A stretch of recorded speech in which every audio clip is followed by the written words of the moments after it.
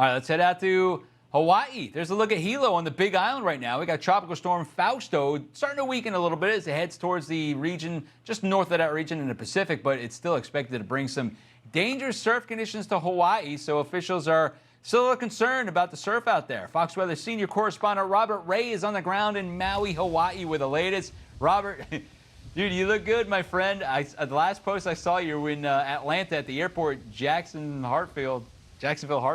This is nothing like that. This looks fantastic.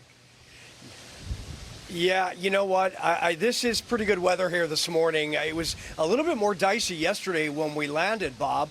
And that was yesterday afternoon about 1 or 2 Hawaii time.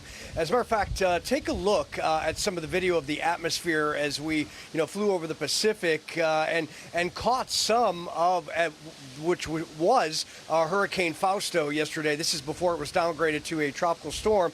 But for about 2.5 hours, we flew over the northern fringes of this system that was trekking toward the Hawaiian Islands, and it was pretty interesting to look down out the window and see all that. And then upon arrival here, we had some windy conditions, some squalls of rain coming in. You see the big waves perhaps breaking on the northern end of Maui yesterday as I made my way to this area just outside of Lahaina, but wave action pretty intense. But I got to tell you, the system now downgraded to a tropical storm and is about 400 miles to the northeast of where we're at right now. Impacts are pretty minimal. I mean, breezy conditions, yeah, certainly. But, if we look at, how hard it is to get a direct hit in Hawaii, you have to understand some things about where we're located. It's pretty phenomenal. Brian Norcross, obviously our hurricane specialist, the guru, he kind of breaks it down. Have a listen. As you go north in the Pacific, the water gets cooler and cooler, and it turns out that the line where the water is warm enough to support hurricanes and then kind of cool and not supporting hurricanes very well runs right near Hawaii. It goes up and down a little bit, but Hawaii is right on that line. So if the hurricane doesn't come from the south in some kind of way, it's going to go over that cooler water and it's going to lose intensity. So you end up with a tropical storm or just remnants when it gets to Hawaii.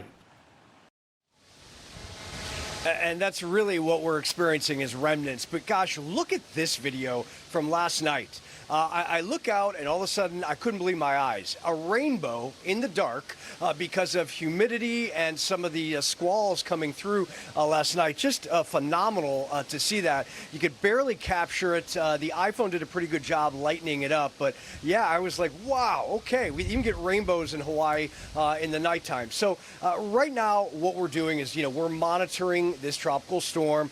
Impacts are not going to be significant. But having said that, the government here, first responders, everybody is always sort of on guard watching what could happen and what's next, right? The ecosystems here are so diverse. The elevation in the mountains and the desert and the rainforest, it just changes the pattern so quickly. So anything goes at any time, as we learned with the Kona lows back in March and in previous storms that I've covered.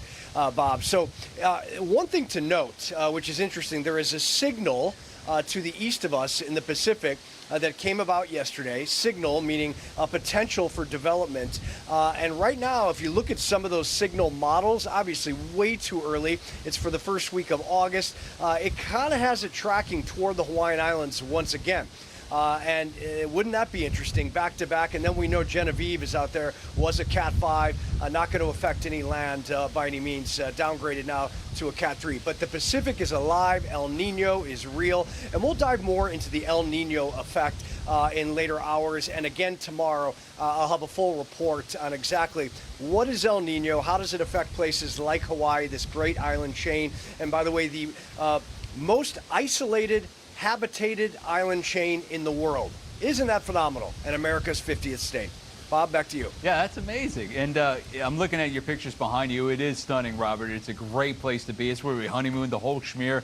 Awesome stuff. Robert, it's always great to talk to you, my friend. And I can't wait to see the report on El Nino because, yeah, Hawaii, you guys do get affected by it big time.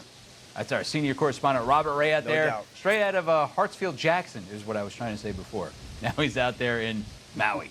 Good stuff, Robert. Thank you, sir.